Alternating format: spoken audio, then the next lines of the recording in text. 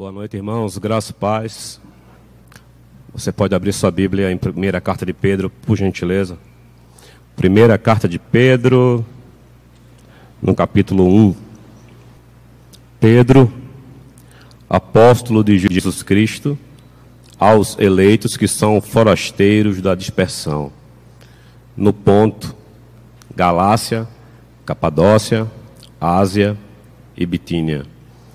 Eleitos segundo a presciência de Deus Pai, em santificação do Espírito, para a obediência e aspersão do sangue de Jesus Cristo. Graça e paz vos sejam multiplicadas. Bendito o Deus e Pai de nosso Senhor Jesus Cristo, que, segundo a sua muita misericórdia, nos regenerou para uma viva esperança, mediante a ressurreição de Jesus Cristo dentre os mortos, para uma herança incorruptível, sem mácula, imarcessível, reservada nos céus para vós outros, que sois guardados pelo poder de Deus, mediante a fé, para a salvação preparada para revelar-se no último tempo. Nisso exultais, embora, no presente, por breve tempo, se necessário, sejais contristados por várias provações, para que o valor da vossa fé, uma vez confirmado, muito mais precioso do que o ouro perecível, mesmo apurado por fogo, redunde em louvor, glória e honra na revelação de Jesus Cristo, a quem, não havendo visto, há mais, no qual, não vendo agora, mas crendo, exultais com alegria indizível e cheio de glória, obtendo o fim da vossa fé, a salvação das vossas almas. Vamos orar, meus irmãos. Pai, estamos diante de Ti, da Tua presença, da Tua palavra, e carecemos que o Senhor nos ajude, que o Senhor fale conosco, que o Senhor vá além de mim e apesar de mim, Senhor. Preciso de Ti, que nós sejamos edificados e fortalecidos na Tua palavra. Meus irmãos, esse texto tem como razões por ser escrito pelo apóstolo Pedro, o que contextualiza o porquê da causa de Pedro estar escrevendo essa carta a uma região, ali na Capadócia, na Bitínia, da Ásia Menor, cujo imperador Nero estava perseguindo a igreja de forma agressiva, que matava cristãos vivos para colocar em seus jardins para iluminar. Talvez nenhum de nós aqui estejamos sofrendo perseguição como esses irmãos que estavam dispersos, que estavam espalhados, judeus e gentios espalhados, por causa de uma severa perseguição que assolava a igreja. Um fogo ardente, como Pedro cita nesta carta, estava consumindo de forma agressiva e violenta numa região cujo o apóstolo Paulo é o fundador das igrejas que ali estavam.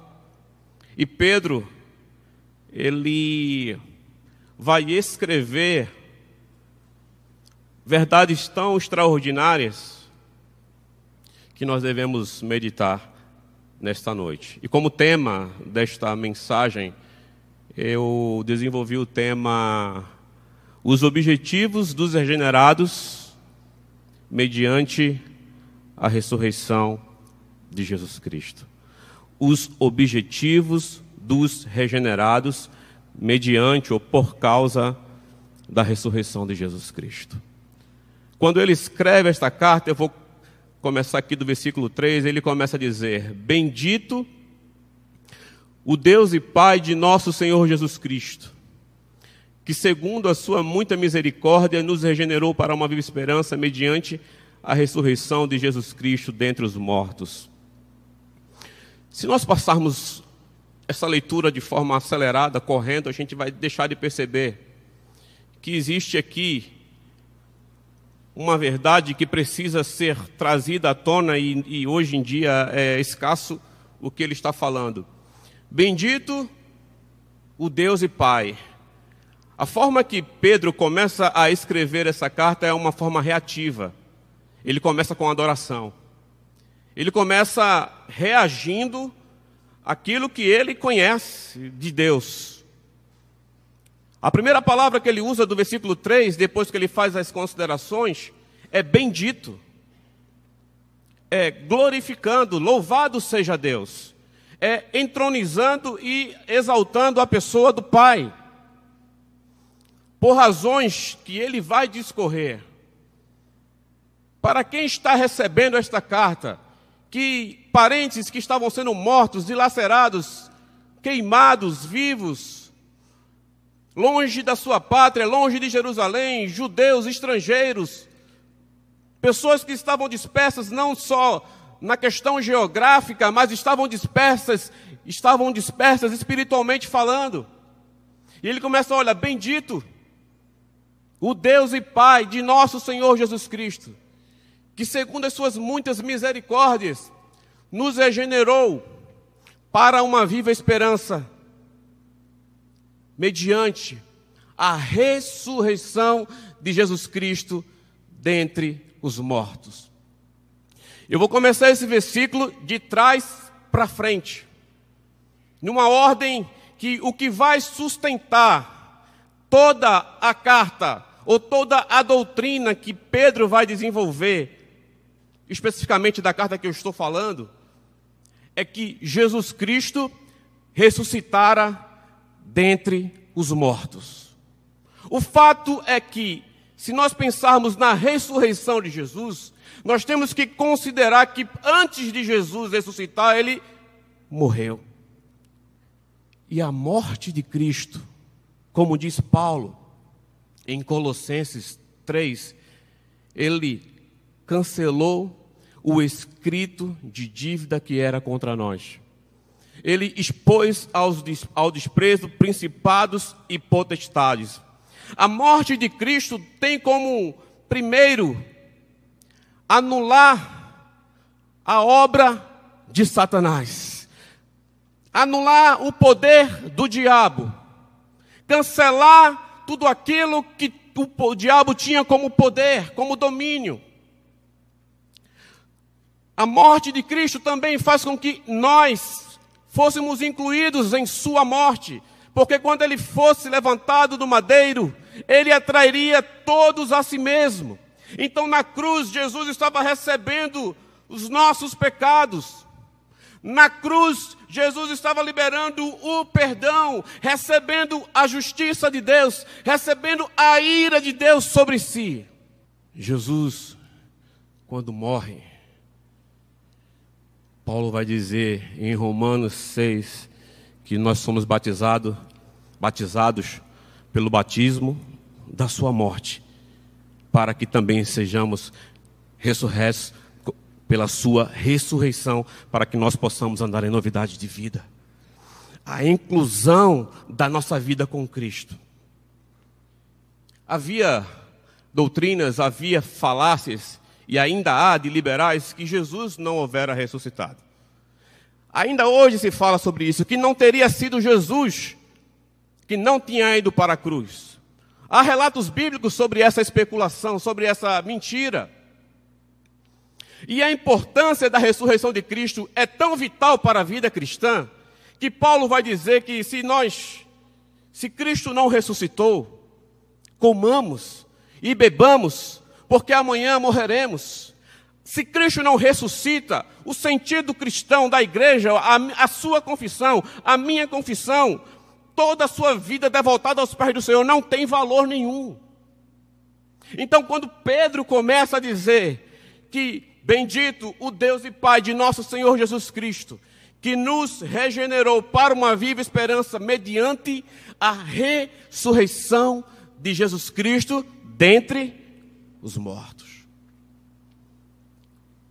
Ele não é tão profundo Mas se você olhar no versículo 18 e 19 do mesmo capítulo 1 que eu estou lendo, sabendo que não foi mediante coisas corruptíveis como prata e ouro que fostes resgatados do vosso útil procedimento que vossos pais vos legaram, mas pelo precioso sangue, como de cordeiro sem defeito e sem mácula, o sangue de Cristo, conhecido com efeito antes da fundação do mundo, porém manifestado no fim dos tempos, por amor de vós, que por meio dele tendes fé em Deus, o qual o ressuscitou dentre os mortos e lhe deu glória, e sorte que a vossa esperança estejam em Deus.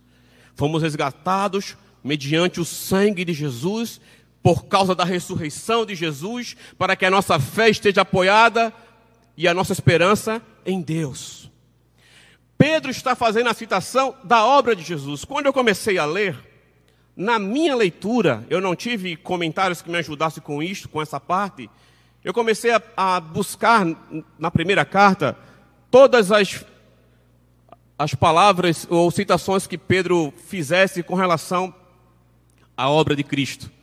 E eu encontrei pelo menos 4 citações que são minhas contagens, pelo menos 4, pode ser que tenha mais.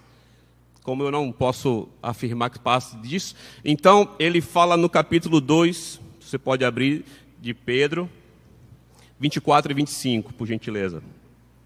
Carregando ele mesmo em seu corpo sobre o madeiro os nossos pecados, para que nós, mortos aos pecados, vivamos para a justiça. Por suas chagas fostes sarados, porque estáveis desgarrados como ovelhas. Agora, porém, vos convertestes ao pastor e bispo das vossas almas. Pedro está citando Isaías 53. Vá para o capítulo 3, versículo 18, por gentileza. Pois também Cristo morreu uma única vez pelos pecados, o justo pelos injustos, para conduzir-vos a Deus, morto, sim, na carne, mas vivificados no Espírito. Agora você vê aqui o capítulo 4, verso 1. Ora, tendo Cristo sofrido na carne, amai-vos também vós mesmos. Observe que essas citações, elas estão espalhadas nessa carta, nessa escrita do apóstolo Pedro, para mostrar que uma hora fomos resgatados pelo seu sangue, outra hora foi pelo fato dele ter sido pendurado no madeiro, de Cristo ter sofrido. Nós precisamos entender que a ressurreição de Cristo envolve toda esta verdade de que Jesus, ele morreu, de que Jesus, ele sofreu, de que Jesus foi a uma cruz. Observe no versículo 2, e eu deixei para finalizar esse pensamento com essa verdade. Eleitos segundo a presciência de Deus Pai, em santificação do Espírito, para obediência e aspersão do sangue de Jesus Cristo. Graça e paz a vós outros vos sejam multiplicadas. A parte aqui, aspersão do sangue de Jesus Cristo. É bem provável que o apóstolo Pedro esteja fazendo 2 citações. Êxodo 24, quando o povo faz uma aliança com Deus, Moisés pega sangue que estava em vasilhas e borrifa e asperge sobre o povo.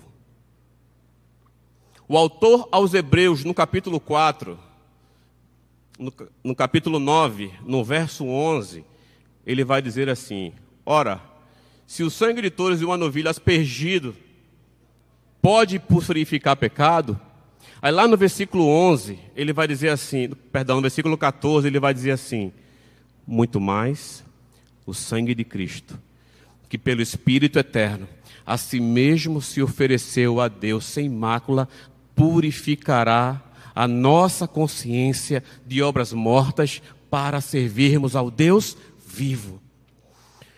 O que Pedro está dizendo é que nós temos o sangue da aspersão, que é o sangue da nova aliança. O sangue que nos santifica. O sangue de Jesus que nos comprou, que nos resgatou. O preço que foi pago, aquilo que era necessário ser pago. Jesus, ele recebe isto. Ele asperge o sangue de Jesus sobre nossa vida para nos santificar, porque o sangue de Jesus nos purifica de todo pecado e de toda a imundície. E ele morre. Só que ele precisava ressuscitar. Muitas vezes somos como aqueles discípulos no caminho de Emaús. Muitas vezes a tristeza, ela, no decorrer da nossa vida cristã, ou os desafios da vida cristã, eles estão ali. Quando Jesus se aproxima daqueles discípulos e perguntam por que eles estão tristes, é porque você não está sabendo, o Galileu, ele não ressuscitou. E Jesus estava andando com eles e eles não tinham a perspectiva da ressurreição de Cristo. O fato extraordinário de Jesus ter ressuscitado é que Paulo vai dizer em 1 Coríntios capítulo 15, que Jesus foi morto segundo as Escrituras, que foi sepultado segundo as Escrituras, e que ressuscitou segundo as Escrituras. Morto, sepultado e ressurreto de forma cabal, de forma incontestável. O processo que Jesus passou foi morto, foi sepultado, para que não houvesse oposições contra esta verdade. Mas ele vai dizer que a morte não pôde detê-lo. E quando Jesus ressuscita, Jesus estava matando a morte, porque a morte não pôde deter o Filho do Homem. E quando Jesus ressuscita, ele está, o Pai, que Pedro está dizendo que é bendito, que é louvado e adorado, o Pai está endossando, ratificando, aceitando um sacrifício eterno, que não poderá ser mais cancelado. E quando Jesus ressuscita, ele traz esperança. Esperança. Ainda que soframos. O primeiro objetivo de quem é um regenerado é ter uma viva esperança dentro de si. A regeneração que vem por meio da ressurreição de Cristo. Meu irmão e minha irmã, fostes regenerados, como Pedro está falando.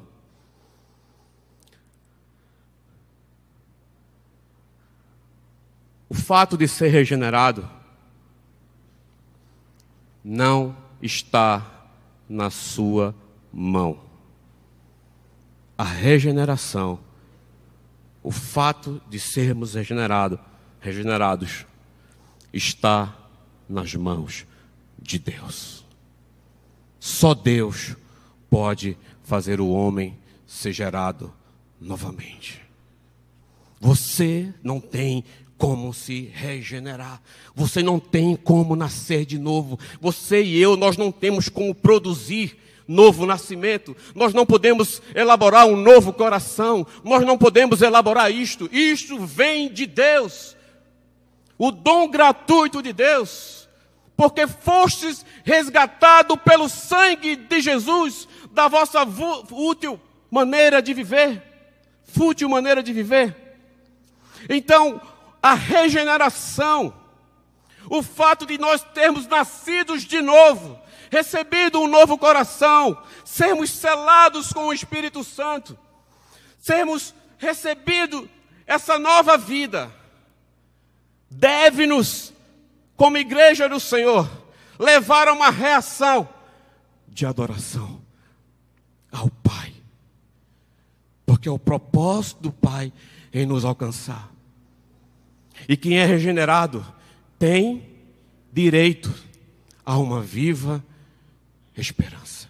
Então a viva esperança está sob a plataforma de que Jesus Cristo ressuscitou.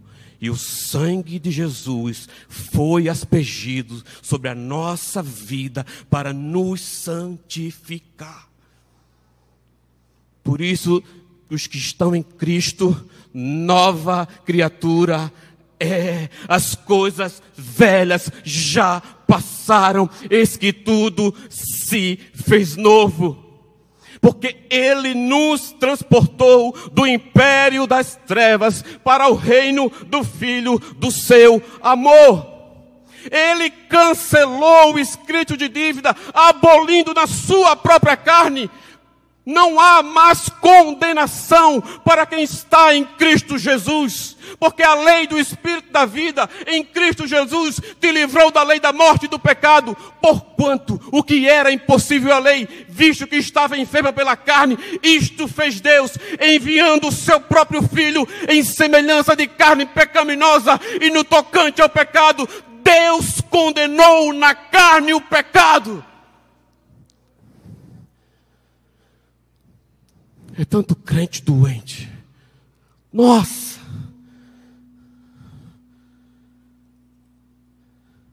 Quem é o diabo? Jesus já o expôs ao desprezo, já anulou. O sangue foi aspergido, foi borrifado sobre nossas vidas. Ele está dizendo, Pedro, tenha uma viva esperança. Observe que o adjetivo da esperança é viva. A palavra é de ordem biológica. A biologia, essa esperança, ela não é morta porque ela é viva. Porque Jesus, Ele é a ressurreição e a vida. Jesus, Ele não é um ressuscitado. Jesus, Ele é a ressurreição. Jesus, Ele não só nos dá vida, Ele é a vida. Para o primeiro objetivo de um verdadeiro regenerado é que ele tem o direito a uma viva esperança. E essa viva esperança não é gerada por nós mesmos, mas é o Pai que por causa de Jesus nos regenerou para ela, nos regenerou com a finalidade, com o propósito, com o objetivo de termos uma viva esperança.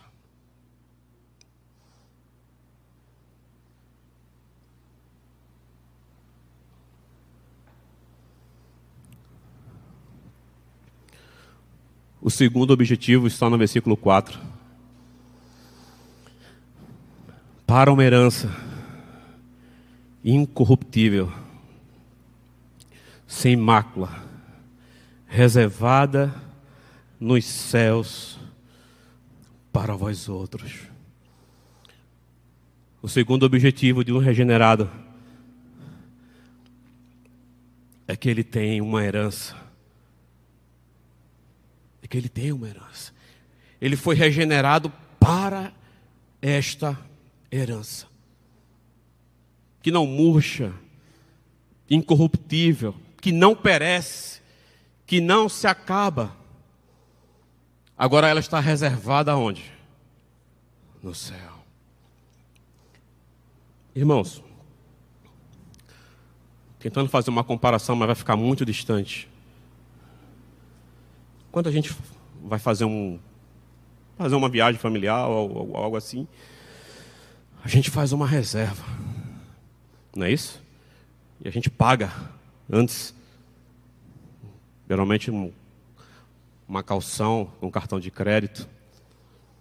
E quando você viaja, você sabe que vai ficar num hotel, porque você reservou e pagou por isso. É um direito. A mesma coisa é que a obra de Cristo nos deu um direito, porque a reserva lá do céu, essa herança já existe.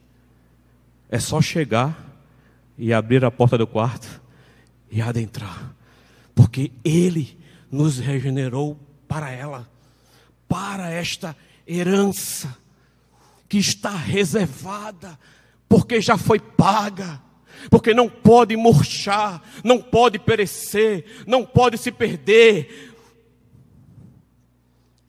Nada pode tocar nesta herança. Muitos procuram herança nesta terra, muitos procuram favor, muitos estão estressados, estão perturbados, muitos estão desgastados, querendo montar tesouros nessa terra, querendo ter dinheiro para tudo nessa terra. Muitos ficam atribulados quando perdem, muitos ficam doentes quando fala a palavra perda.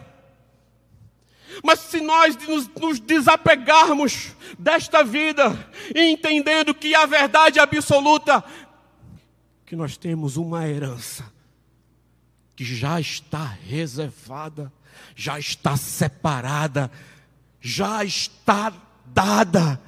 É só o tempo de chegarmos lá e vivermos. Essa bênção você pode tomar posse. Tome posse desta bênção. Paulo escreve a Timóteo: toma posse da vida eterna, ó Timóteo. Agora, para que a viva esperança, a herança reservada, note bem, só para os regenerados.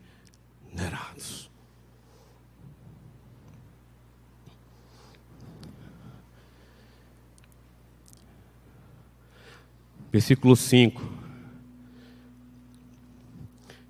Que sois guardados pelo poder de Deus, mediante a fé, para a salvação preparada para revelar-se no último tempo. O terceiro objetivo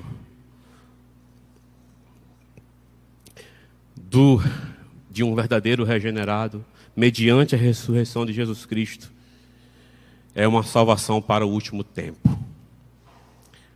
Pedro está aqui falando sobre a segunda volta do Senhor e aonde vai acabar tudo. Essa salvação do último tempo não é a salvação da alma, é a ideia do resgate, onde vai se consumar, onde virá um novo céu e uma nova terra, onde nós receberemos um corpo. Você sabia que a expectativa dos apóstolos não é o céu em si?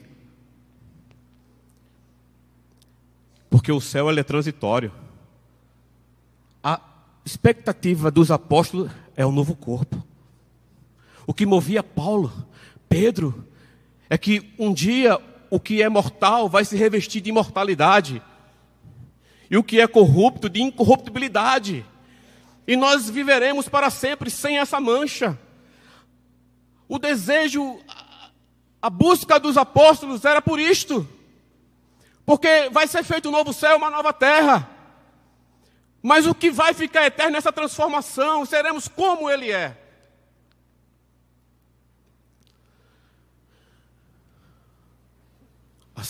A fé para a salvação do último tempo. Mediante o quê? Que sois guardados pelo poder de Deus, mediante a fé, para a salvação preparada para revelar-se no último tempo. O interessante, aqui nesse verso 5, eu quero destacar, é a palavra aqui, que sois guardados pelo poder de Deus. Olha que extraordinário. Essa palavra guardado, ela tem uma ideia assim, uma guarnição militar presente para dar assistência a uma pessoa. A ideia de ser guardado é um soldado que vai protegê-lo a fé, mediante essa fé, nós somos guardados por Deus para a salvação, que é a terceira, é o terceiro propósito. Deus guarda a nossa fé. Deus trabalha na nossa fé.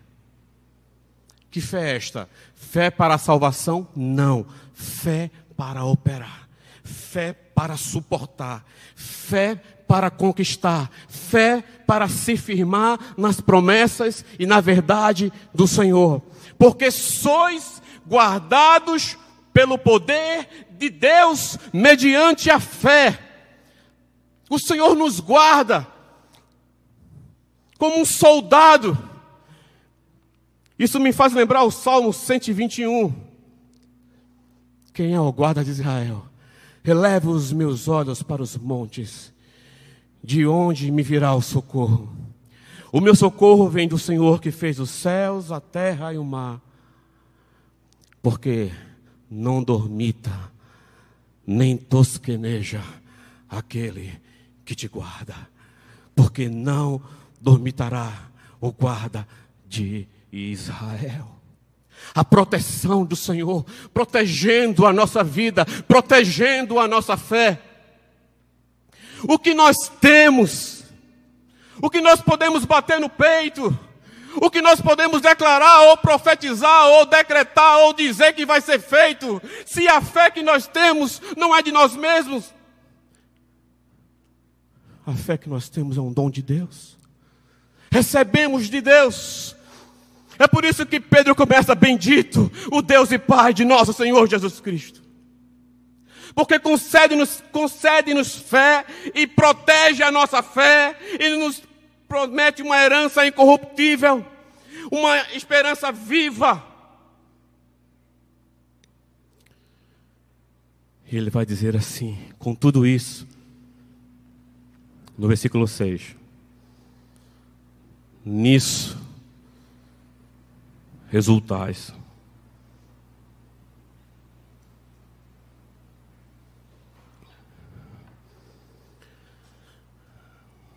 Esse nisso, tem tanta coisa contida nele. Nisso o quê? Nisso que ele está falando. Do sangue da aspersão, da ressurreição de Cristo dentre os mortos, da viva esperança, da herança incorruptível, da salvação que vai ser revelada no último tempo. Nisso exultem. Embora no presente, por breve tempo, se necessário, sejam contristados por várias provações. Essa exultação, ela é a exultação do peregrino, do disperso. Exultar em Deus, dentro da verdade que Deus está trazendo para a sua igreja. O quarto e último objetivo de um regenerado é que, para que o valor da fé seja provado. Versículo 7. Para que o valor da vossa fé, uma vez confirmado muito mais precioso do que o ouro perecível, mesmo apurado por fogo, redunda em glória e honra na revelação de Jesus Cristo. Alguns comentaristas interpretam esse texto dizendo que a ideia é o minério que está sendo provado, trabalhado. E esse minério, ele precisa passar por altas temperaturas, ele precisa passar por um trabalho para que esse minério ele seja aquilo para o qual ele está sendo trabalhado. Se ele contém ouro, e para que se saiba se aquele minério contém ouro, ele tem que passar por um processo. E aí, quando se sabe, se confirma que aquele minério ele contém ouro, ele recebe um certificado. E aquele certificado é tão importante quanto o minério, quanto o metal. Porque é o certificado que confirma a qualidade daquele minério. E o que Pedro está dizendo é que a nossa fé será provada. Mas,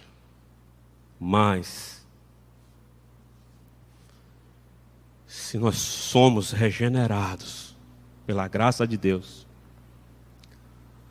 nós temos uma viva esperança.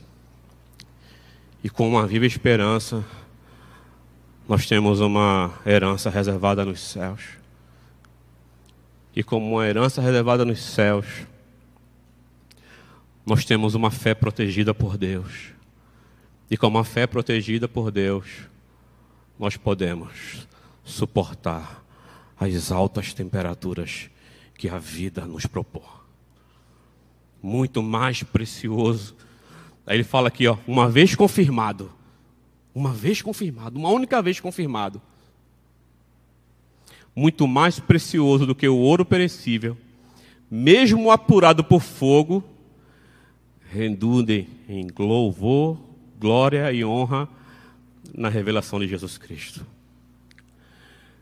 No versículo 6 ele está dizendo que nisto exultai na obra que Jesus fez. E eu falei que era o louvor dos peregrinos, é o nosso louvor. A igreja já deve adorar. Nós não temos que esperar para chegar no céu.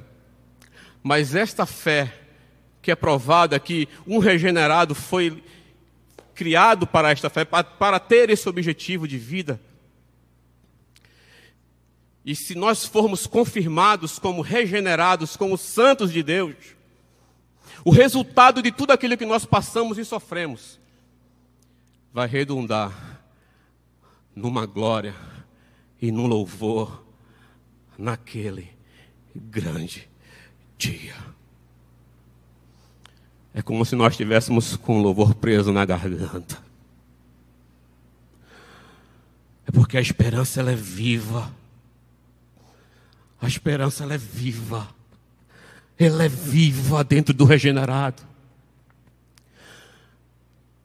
E o regenerado não precisa ter medo de perdas, de demônios, de diabo, de macumba, porque ele é protegido, ele é guardado. E a sua fé, quando ela é provada, é porque ela tem, uma vez confirmada, ela vai resultar em um louvor. Então, meus irmãos, são dois tipos de adoração aqui. O louvor de hoje é o nisso exultais, que é para a igreja hoje. E o louvor vindouro é para aqueles que serão confirmados e poderão vê-lo como ele é. É por isso que no versículo 8, eu acho esse texto forte. A quem, não havendo visto, a mais. Oh, irmãos, nós não vimos. Jesus disse quando chegou para Tomé, bem-aventurado aqueles que não viram, mas creram. Não havendo visto, a mais. No qual, não vendo, agora. Eu queria valorizar essa palavra agora. A quem não vendo visto, a mais. No qual, não vendo, agora. Sabe o que significa agora? Agora é o momento. Agora a gente sofre. Agora a gente morre. Agora a gente perde. Agora a gente casa. Agora a gente conquista. Agora a gente recebe diagnósticos terríveis. Agora os entes vão embora. Agora eu perdi tudo. É só agora. Mas um dia a igreja do Senhor não vai mais existir agora, porque o agora vai ser substituído pelos séculos, dos séculos e dos séculos. Amém. Um dia não vai mais existir agora. Um dia nós habitaremos para sempre com Ele. Um dia nós vamos exultar de forma gloriosa, como Ele diz assim, não vendo agora, mas crendo, exultais com alegria indizível e cheia de glória. Nós já podemos celebrar, exultar, bendizer o nome do Senhor, que nos regenerou para uma viva esperança, para uma herança incorruptível, para uma fé que vai se revelar no último tempo, para uma fé que será provada, para que resulte no louvor e na glória do nosso bom e eterno e maravilhoso e grande Salvador, Jesus Cristo. Eu não consigo entender. Fico doente, pastor Adriano, pastor Geir, eu não consigo entender. Que tipo de evangelho se prega? Que tipo de agenda cheia? Que tipo de louvor se canta? Que tipo de pregador se forma? Que tipo de coisas que estão criando?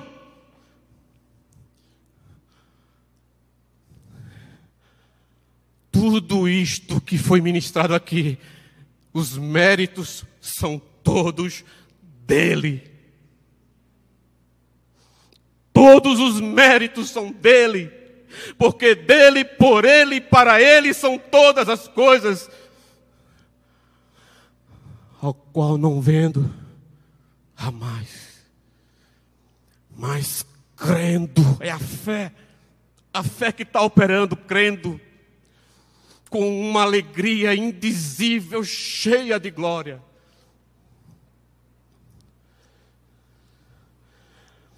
Eu fiz questão de citar no início da mensagem as obras de Cristo, porque é sobre essas obras, é sobre a obra de Cristo na cruz do Calvário, que nos habilita a ter essas 4 dádivas, ou nos coloca a viver por esses 4 objetivos. Ele fala assim, versículo 9: obtendo o fim da vossa fé, a salvação das vossas almas. Essa palavra fim aqui é propósito. Não é fim no entendimento de início, meio e fim. O objetivo da fé que o Senhor nos deu é a salvação que Ele já nos deu. Não é uma salvação que a minha fé vai me dar no último fim. Não é isso que ele está dizendo. É que o objetivo da fé é a salvação das nossas almas. A pergunta é: você é um regenerado? Porque se você não for regenerado, você não tem direito a nada. E sobre você pesa a ira de Deus, como diz em João.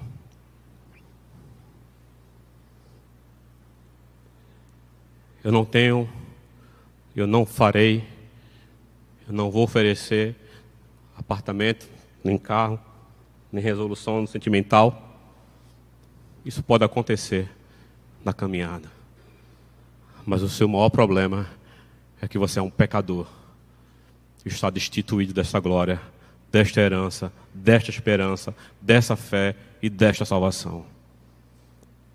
E você só pode ter direito a tudo isto se você nascer de novo.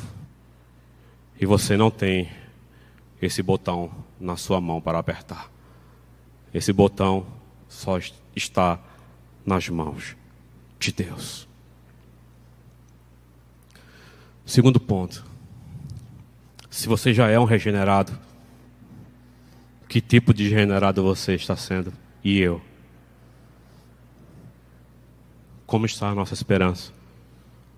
As nossas expectativas diante do Senhor? Meus irmãos, que Deus nos ajude e nos abençoe, em nome de Jesus.